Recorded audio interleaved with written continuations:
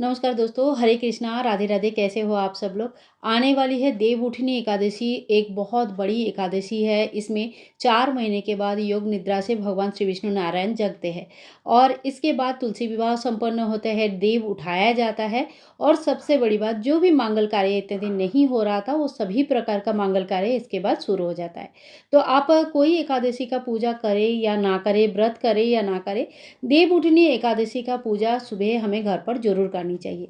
क्रम कुछ इस प्रकार का रहता है कि सुबह हमें तुलसी मैया के साथ भगवान श्री विष्णु नारायण का पूजन करनी होती है। इसके बाद शाम के समय हम देव उठाते हैं और देव उठने के बाद कोई-कोई एकादशी के दिन ही तुलसी विवाह कर लेते हैं और कोई एकादशी से लेकर पूर्णिमा के बीच में कभी भी तुलसी विवाह करते हैं।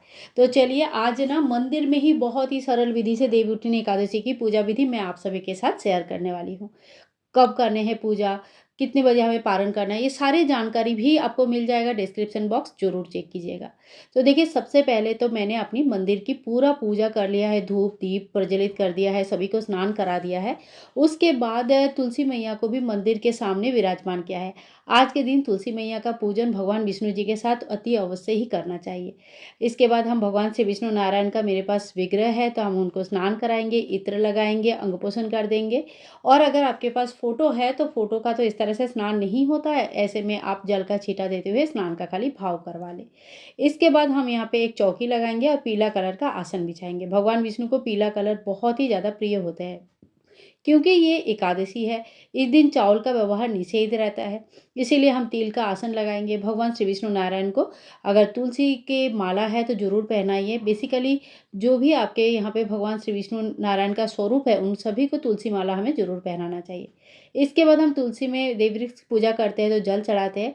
देखिए, एकादशी के दिन बहुत सारा जगह पे लोगों की यही मन्नतें हैं कि वो तुलसी में जल नहीं चढ़ाते। अगर आप भी ये मानते हैं, तो तुलसी में जल मत चढ़ाइएगा। लेकिन मैं केवल मात्र निर्जला एकादशी छोड़ के सभी एकादशी में सभी दिन तुलसी में जल चढ़ाती हूँ। ये मेरा पूरे साल भर का नियम होता है, इसीलिए मैं तुलसी को जल चढ़ा रही हूँ। जल चढ़ाने के बाद हम दिया प्रज्वलित कर लेंगे और उसके बाद जो है ना, हमें वस्त्र स्वरूप कलावा अर्पण करना है। सबसे पहले हम भगवान विष्णु जी को कलावा अर्पण करेंगे, पीला जेनोई अर्पण करेंगे और अगर जेनोई आपके पास पीला नहीं है, तो हल्दी लगाकर कच्चा सूत भी आप अर्पण कर सकते हैं। हाथ जोड़ करके भगवान को पूजा ग्रहण करने के लिए आग्रह करेंगे। इसके बाद हम चंदन का टीका करेंगे। सबसे पहले भगवान विष्णु जी को टीका करेंगे और अगर आप अलग से चौकी लगा रहे हैं, तो आप गणेश जी की विराजमान कर लीजिए, गणेश जी को स्थापित कर लीजिएगा। लेकिन मैं यहाँ पे मंदिर में ही पूजा कर रही हूँ, इसीलिए मैंने गणेश जी को अलग से स्थापित नहीं किया है। सबसे पहले मंदिर में गणेश जी की पूजन कर लिया था और उसके बाद अभी देवउठनी एकादशी की पूजन कर रही हूँ। इसके बाद तुलसी के जी के जो गमले हैं, इसमें हम स्वस्तिक बना लेंगे। आप पीला चंदन से बना सकते हैं, रोली, हल्दी, कुमकुम से बना सकते हैं। यहाँ पे मैंने पीला चंदन से बनाया। भगवान विष्णु जी को पीला चंदन बहुत ही प्रिय होते हैं और इस तरह से पूर्ण स्वस्तिक हमें बनाना चाहिए।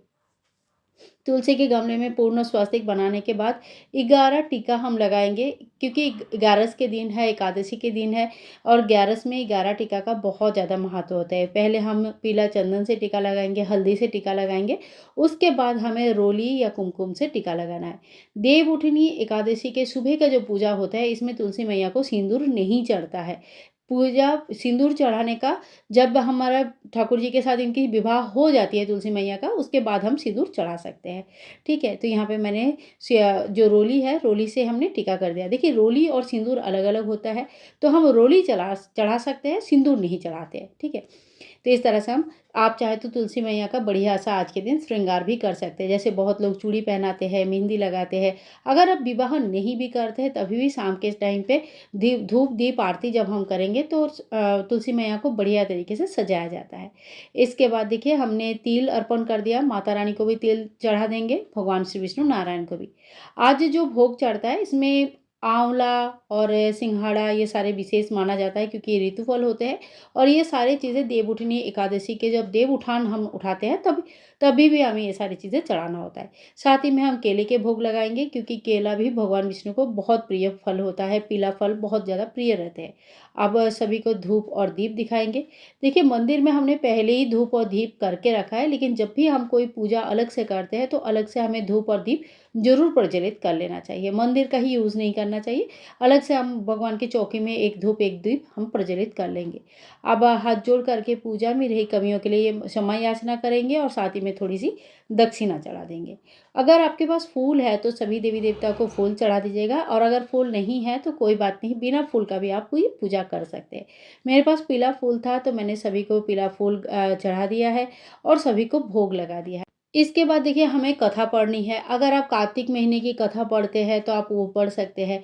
कार्तिक महीने के जो बुक्स आते हैं, कार्तिक महात्म, ये तो हमने सवेरे ही पढ़ लिया, या आप पूजा के टाइम पे अगर पढ़ते हैं तो उस टाइम पे पढ़ लीजिएगा।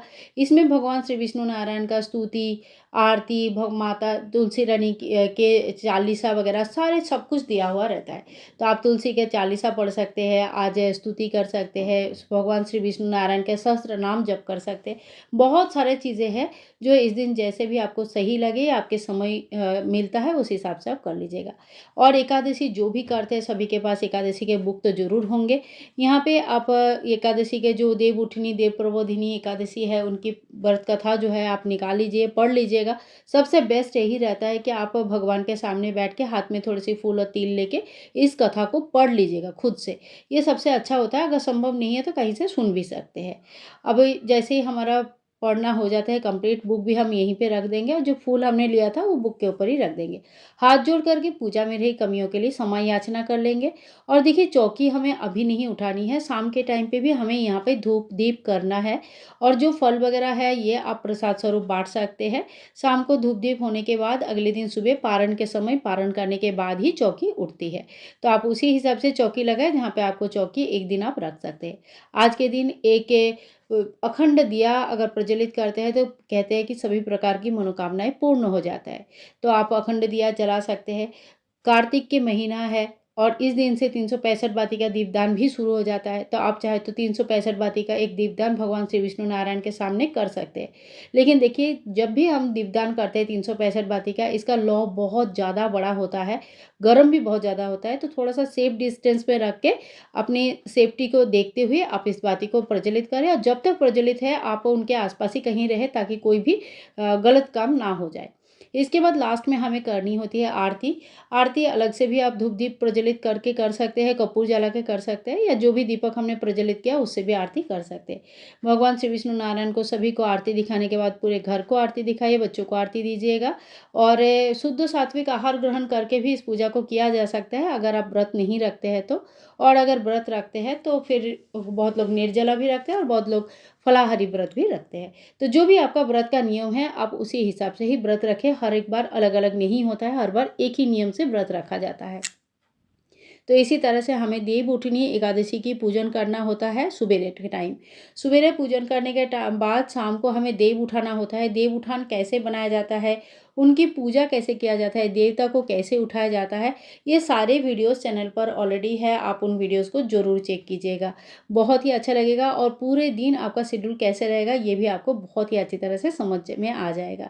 इसके बाद होता है तुलसी विवाह। तो बहुत ही सरल तरीके से तुलसी विवाह हम घर पर कैसे करेंगे उसके भी वीडियो चैनल पर है, आप ज़रूर चेक कीजिएगा। तो देखिए, कुछ इस तरह से हमें देव उठाना होता है, देव उठान बनाना होता है। और देव उठाने का संपूर्ण जानकारी आगे वीडियो में अब मैं आप लोगों के साथ शेयर करूंगी। आज के लिए इतना ही, मिलूंगी नेक्स्ट वीडियो में। तब तक के लिए हरे कृष्णा, राधे राधे। समस्त प्रकार का समय देखने के लिए डिस्क्रिप्शन बॉक्स चेक करें।